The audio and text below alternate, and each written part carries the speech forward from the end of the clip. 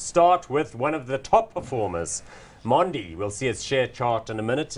It's probably one of the best big cap performers on our markets in recent years. Remember, it's got a dual listed structure. So we've got MNPs and MNDs, similar to Vestact.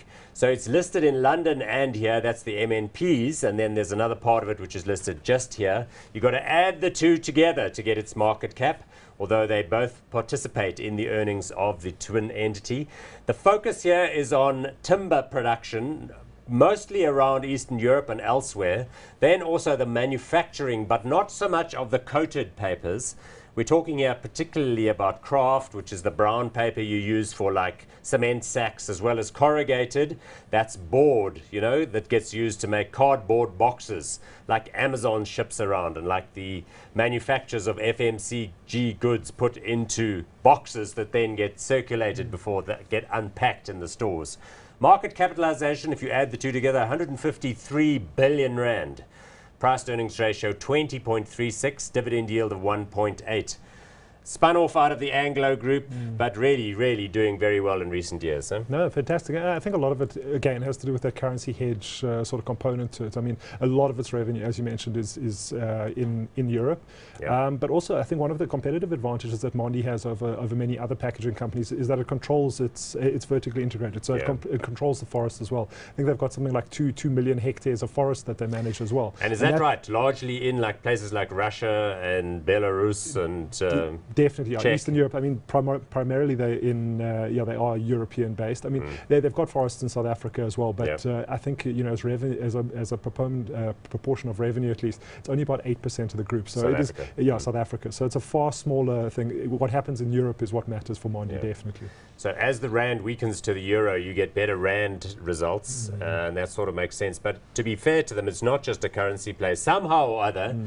You know, David Hathorn and his management team located at Melrose Arch in Joburg run this global group with incredible effect. And all of their purchases have been good. They've consolidated. They've shut things down when they needed to. They've opened others up. No, definitely. I think, you know, in the sector, management is especially important because it's actually a very capital-intensive sector. So you need to spend a lot of money to actually, you know, make decent EBITDA. So if you look at it, I mean, what the guys have done is absolutely fantastic. I mean, they've really pursued that sort of lowest cost producer, and that is their competitive advantage. And it's difficult to see how the guys can compare. Sorry to cut you off, but look at that share chart. So we've had this at times, 2014, bit of a quiet year, but look how well they've done this year. This year has been absolutely spectacular. Like, really, hats off to the guys. So it's principally listed in Europe because the MNPs have greater market cap. It's in the London market, and it then trades on a secondary basis down here.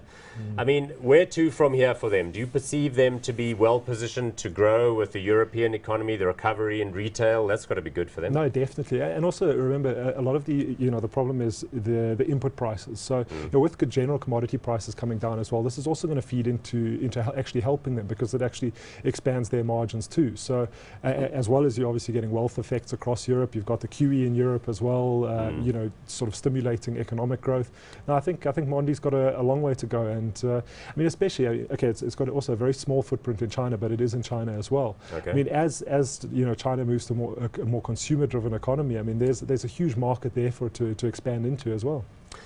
My colleague Sasha was pointing out that Mondi was kicked out of Anglo-American because Anglo perceived it to be non-core. So if you were an Anglo shareholder, this was, I don't know, 7, 8, 9 years ago, they spun off the Mondis and people got these small Mondi holdings in their accounts. What is this? Since then, Anglo's capitalization has plummeted.